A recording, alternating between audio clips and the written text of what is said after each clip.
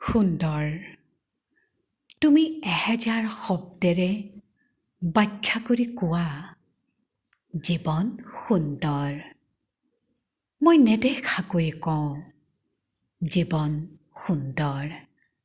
আমাৰ মাজত বৈ আছে এখন অলস নৈ, তাত আৱৰ্জনা ভাহি গৈছে। আমাৰ কথালৈ মন নিদিয়াকৈয়ে মানুহজনে গছ পুলি ৰুইছে। সুন্দৰ। সুন্দৰতা। তুমি তোমাৰ খিৰিকীৰ মাজেৰে দূৰৰ পাহাৰখনলৈ চাই থাকা। কি সুন্দৰতা! তোমাৰ অলস ভৰি দুখনেৰে পাহাৰখনৰ ওচৰলৈ যাব নোখোজা। তেওঁ পাহাৰখনলৈ যায়। পাহাৰৰ দুৰ্গম থিয় গাৰে পাহাৰৰ চূড়ালৈ উঠে। আকাশলৈ চায়। কি অসীম! তলৰ সেউজীয়া উপত্যকালৈ চায়।